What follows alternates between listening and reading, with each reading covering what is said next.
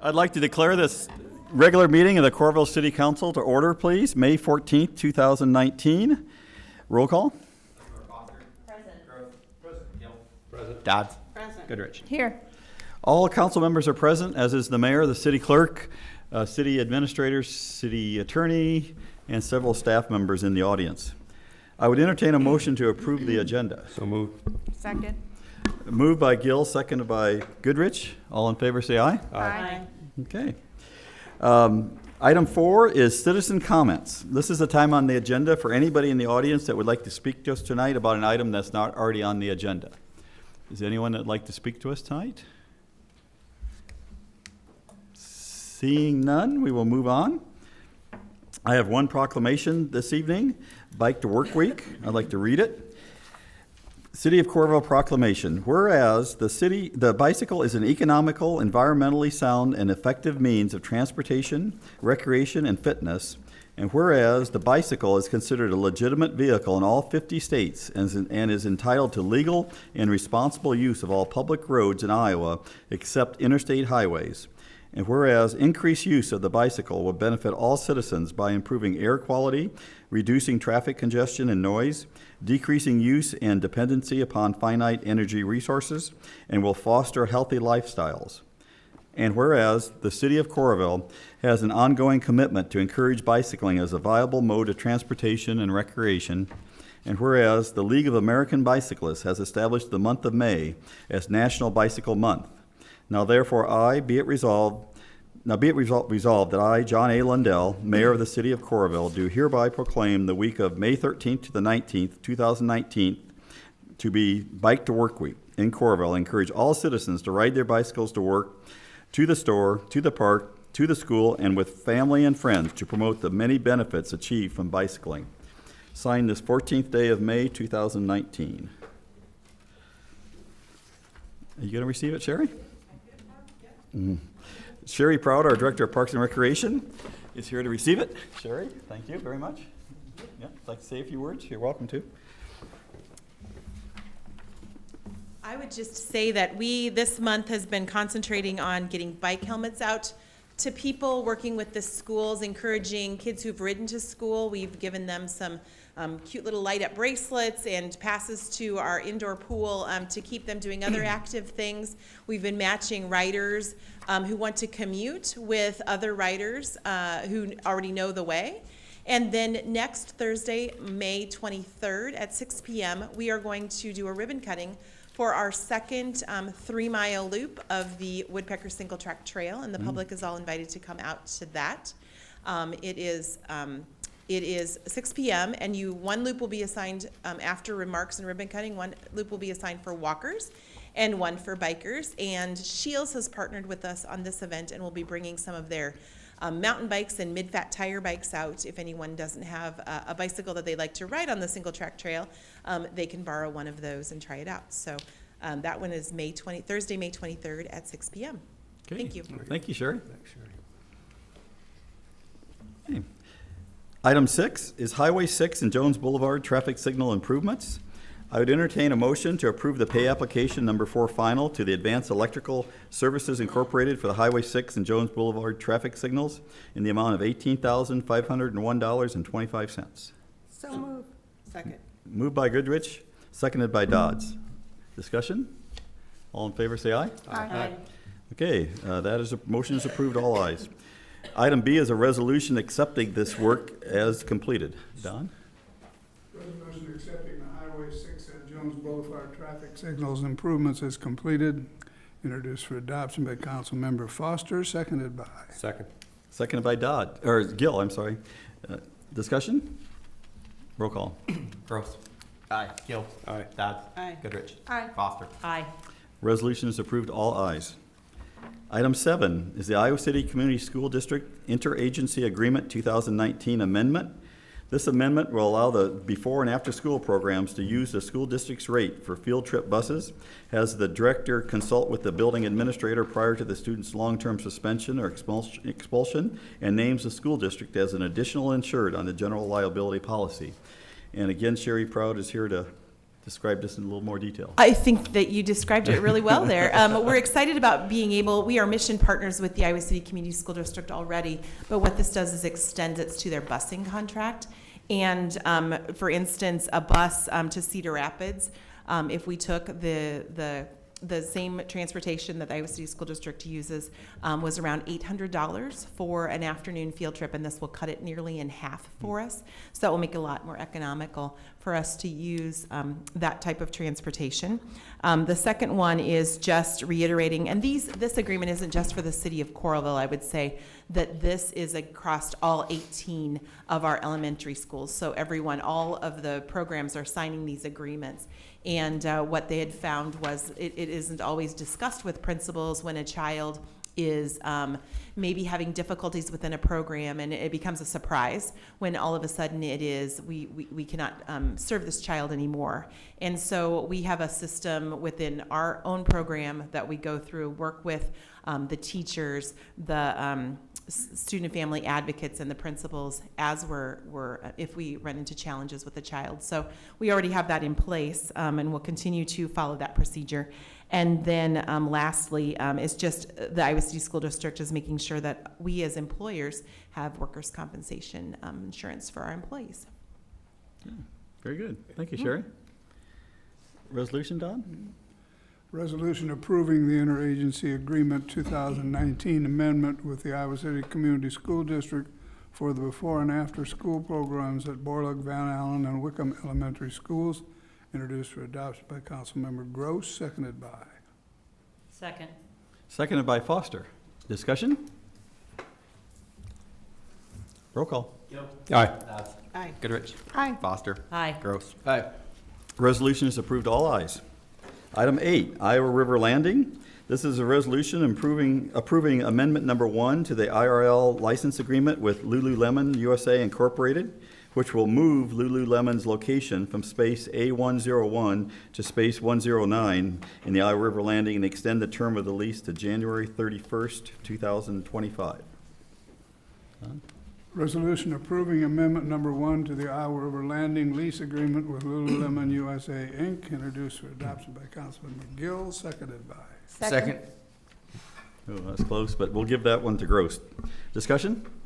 Yes, this is, they were interested in having additional space because their sales have went so well in the Iowa River Landing, and to expand, since they already have a store next to them, they needed to relocate to a different spot, which will be next to Ever Eve. And so they'll be adding square footage to their space. Great.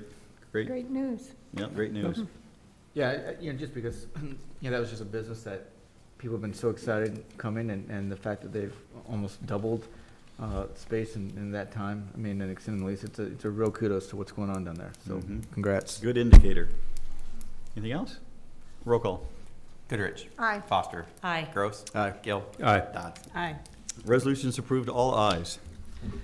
Item 9 is I'd consider a motion to approve the consent calendar as presented or amended. Move to approve the consent calendar, items A through JJ inclusive. Second. Moved by Gill, seconded by Dodds. Any discussion? Roll call. Foster. Aye. Gross. Aye. Gill. Aye. Dodds. Aye. Goodrich. Aye. Consent calendar is approved, all ayes. Our city engineer, Dan Holderness, is going to give us a road reconstruction report. Thank you, Mr. Mayor. As you might expect, because of the wet weather lately, we haven't made as much progress as we had hoped to on all the projects. However, Langman Construction is working on First Avenue project, and they're working very hard to get that project completed by May 24th, which is a week from Friday, and so we're hoping that they can make that. They're doing really well on that. The railroad signals are going up now. We've been up that road in the last couple of days, so a lot of progress, a lot of work going on there, so we think they're going to make it by then or very close to then. Out on Corbridge Avenue, we're not having quite as much activity out there, but we're trying to push the contractor to move forward on that one as well, and the anticipated completion date for that project is the end of June. Okay, any comments or questions for Dan? Okay, thank you, appreciate it, good news. Item 11 is city administrator report. Yes, last Thursday night, we had a great reception here for all of our current and past volunteers for the Coralville Fire Department, we are celebrating the 90th anniversary of the Coralville Fire Department, so it was fun to see all of the different volunteers and the public here to thank them and kind of revisit the history of that, of their organization. And then this coming Monday night, they will be hosting a open house at the training facility. And this will give them people a chance to tour the facility and then to also see some of the live training. And the third Monday night is when they typically do their training. And so they'll be having live fires in the training facility. They'll do extrication in automobiles. They'll do a car fire. So there's a whole host of different types of training that they'll host throughout the night. And so just encourage everyone to come out and see how our Coralville Fire Department trains and the great facility that they have. And this is up off of the end of 10th Street, at the east end of 10th Street by the water department. Is that the best way to? That's the best way to get there. And Anything that's else? it. That's it? Okay. Thank you, Kelly. Mayor's report. Before I go through my list of a couple items, I'll just note that we have a special guest in the audience back there, Scott Dill. Scott's a student at Liberty High School. He and his mom are here tonight. They're Coralville residents, but like I said, he goes to Liberty High, and for his government class, he needed to attend a council meeting, and so he's here with us tonight. You picked an incredibly short one, but it's not over yet. And when we finish the formal meeting here in a couple minutes, we then go to an informal meeting, and you can leave. You certainly don't have to, but if you'd like to, there's a conference room behind us, and we'll probably meet for another half hour or so in that room informally. So you're welcome. That's an open meeting as well. So glad to have you, though. Someday maybe you could be up here. So. Okay, I'd like to just remind folks that we have two board and commission vacancies currently open due to two resignations. Lisa Martin, a long-term library board member, has turned in a resignation from the library board due to some health challenges that she's experiencing. Lisa was on the board way back when I was, and that was quite a while ago. So she served, it must be over 20 years, I believe. So it'd be a great loss for the library board, but we would like to receive applications to fill her term, and she was just reappointed. So this unexpired term will go until December 31st, 2024. So it's quite an extended term. The second is the Board of Adjustment. And again, we had a resignation from someone who has worked hard on the board, but his work changed and it causes him to step down. The Board of Adjustment is maybe perhaps a little less known. This is when a project comes in that for one reason or another doesn't conform with our zoning regulations or zoning rules, but it makes a lot of sense. There's always the opportunity for an exception to be made under certain circumstances. And the Board of Adjustment hears those cases and rules on whether it warrants a special exception to our zoning rules. And this unexpired term is just the opposite. It actually expires this December. So the person who is appointed would serve from now until the end of this year. However, I'd say it's very likely that I would reappoint him or her to this position for another term, since they just served less than a year. So those applications are both due no later than 5 p.m. Friday, May 24th. And you can receive an application, go to the city's website, and it's a very simple application, and you turn them in to the city clerk. So keep that in mind if you're a Coralville resident and are interested in serving. Kelly spoke about the open house at the fire department, so I won't repeat that. I was just going to say we had a very successful, I think, Mayor's Cleanup Week and Recycle Swap Day last Saturday. It was very busy all Saturday morning down here with goods being brought and exchanged, and a lot of fun, actually. And then the Shred Day was popular, as always, and Mayor's Cleanup Week all week long went well. Kelly, I was just going to ask you, what's the plan? There is some items left at the curb from people that put them out too late, or for one reason or another didn't get picked up. Will they just get picked up with their regular garbage day this week, or? Yeah, they'll try to. It's really dependent on what the items are, because we do use a different truck during the normal time. And I've also noticed that there's quite a few yard waste bags out there that aren't Coralville bags. And so we just remind people that they do need to use the Coralville yard waste bags. And so I noticed some of them have been sitting there for a while. So we do need people to use the right bags there. Yeah. You know, the mayor's cleanup. The other item, I did notice that there's a few items that we don't pick That's what I was up gonna also. say. So, any electronic items is a popular one, TVs, anything with, basically with an electric plug are items that we can't take because, we can't take them to the landfill. So how are those dealt with? Because they're sitting at the The curb. resident needs to deal with them themselves, or they can call and they can pay a special fee and they can be picked up. So one or the other is the option. Or you can put them out early and someone will pick them up for you. I don't know about those tube TVs. They're not too popular anymore. Yeah, I don't know. That's a challenge. It's unfortunate people either don't understand or don't play by the rules. But okay, city attorney's report. I don't want to risk extending the meeting, but I do want to state that I'm going to comply with your biking proclamation, and I will ride my bike to work every morning. Right across the street, huh? Okay. How many wheels does it have? Same building. Kevin? Okay. Committee and council members report. Lori, we can start with I you. don't have anything Okay. tonight. Thank you. Jill? I don't have anything, Mayor, thanks. Tom? Nor I. Wow. Mitch? Well, then I will use their time. Okay. All right. A couple things. First of all, just because it is Bike to Work Week, have we ever discussed or explored the idea of a bike sharing program? I know Iowa City's talked about that with the university and this or that, but I just. We actually have one in place in the Iowa River Landing. We, in conjunction with the Iowa Bicycle Coalition, we have bikes that are out in different locations in the Iowa River Landing. There's 3 of them, and so that's the location that they have worked with us on, and hopefully if those are successful, then we can extend them to other locations. But they've been here since last year. Are they GPS tracked or do you know? Yes. Okay. So anyone can just get on them and ride it anywhere? Or do they have to stay within a specific? I believe, do you remember, Sherry? I'll check on the rules Okay. and we I'd can. just be curious. Yeah. Second, I guess just to dovetail, Mayor, and being the library rep, just to give Lisa Martin a huge shout out because I'm not sure there's a better public servant that we've had in Coralville, and she's just a gem of a person. I've always been, one thing I always admired her for, like, it sounds a little self-serving, but when I first ran for council, running against two incumbents, she put my sign up, and she was so nervous.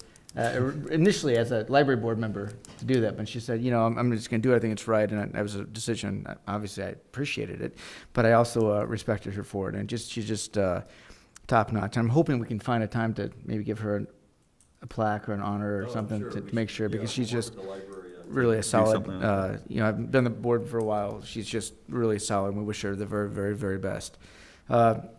I didn't have this, but I would say, Scott, I had Nathan in class, so I hope you can show him up. And I'm also, I know your Dill cousins from Grinnell pretty well, so maybe you don't know them, but they're there. Yeah, I know them. We've touched base. And then the other thing I just want to add out there, I thought there was a great editorial in the Des Moines Register on Sunday about voucher discrimination, housing discrimination. I'm not sure if anybody read that, but because I believe that we have a very high percentage of Section 8 housing in Coralville. I think it's even percentage-wise higher than Iowa City, for example. And I just thought it was a very interesting way to look at some of the things that, the way that, if you're denoted of having a voucher, being on a voucher system, there's some systemic ways that people are discriminated against. So some cities are starting to look at some ways of adding that to codes to make sure that doesn't happen. So I'd like to take a look at that. And then, man, I cannot read my writing. That's really, really bad. On my last one, I was scribbling so furiously. So I think I'll stop. Oh, well, yeah, I guess the other thing I was thinking, just and obviously, just with the mobile home things that are going on, that's what just kind of prompted me. Again, I think Western Hills isn't in that, but just to look at some issues with low-income housing from that standpoint. That's all we got, Mayor. Okay. Thank you. And then I will announce I won't be at hopefully, I won't be at the next council meeting if we qualify for the state tournament. Okay. Pressure's on. Now that I announced that we might not be there, so yeah. Okay. Thank you, Mitch. Thanks. Megan. Thank you very much. And I also, Mitch, you kind of read my mind a little bit on the mobile home issue. That's obviously something that I'm concerned about as well. I know that you know, from some of the individuals that I have been talking to, including Senator Walls, who have been working on this issue, what typically happens is that these companies, you know, the park owners are not interested in selling, and these companies come and they essentially make them an offer that they can't refuse. And so I know that it's a very difficult issue, but I hope that we can, you know, maybe look at that and maybe be a little bit proactive and see if there's anything that we can do to get in front of that. In addition to that, I wanted to share some information about a group that I've been involved with for about 2 years now. It's called the Village Project, and I know that there is an agency, a social service agency, that it's also called the Village Project, but this Coralville Village Project is something that is different. It is a group of individuals who meet every month here in Coralville to talk about different social service projects and programs and opportunities that are available in the community. At each meeting, we have stakeholders and individuals from different service agencies, schools, city representatives usually, excuse me, and individuals from the faith community as well. And it's just a great way to kind of network with other stakeholders from these agencies and entities and collaborate on how we can offer services within the community. In fact, the Coralville Village Project was the organizing force behind the highly successful ELL program that is offered at the library. So I've been attending these meetings for a very long time. We do a lot of great work. We have a lot of great discussions. So I thought that I would start sharing some updates from that group with all of you. And at the last meeting, we spent a lot of time talking about the changes that are going to be happening to the summer lunch program. So in the past, the program was held in Morrison Park. There was a sack lunch that was distributed to the kids that came. There were activities kind of down over by the pond. And this year, they'll be changing that up a little bit. So instead of having that distribution in Morrison Park, St. Morrison Park, the distribution will be held at the rec center Monday through Friday, 1 o'clock to 2:30. And instead of like a sack lunch, they're going to be offering like kind of a substantial snack type foods. They're partnering with a lot of local restaurants to provide the food, and the activities will still be offered. One of the things that I think is really interesting is that a lot of the activities are going to involve food preparation. So in addition to the kids getting a nice healthy snack, they'll have fun helping to prepare their snack as well. So that will be, Sherry, what date does that start? June 3rd. So that'll begin on June 3rd. And if anybody has any questions about the new version of the summer lunch program, they can call the rec center to find out and learn more. Can I ask one quick question? I was thinking there was something with backpacks that was offered to children to bring home food. Yes. Do you want to talk about that? Thank you.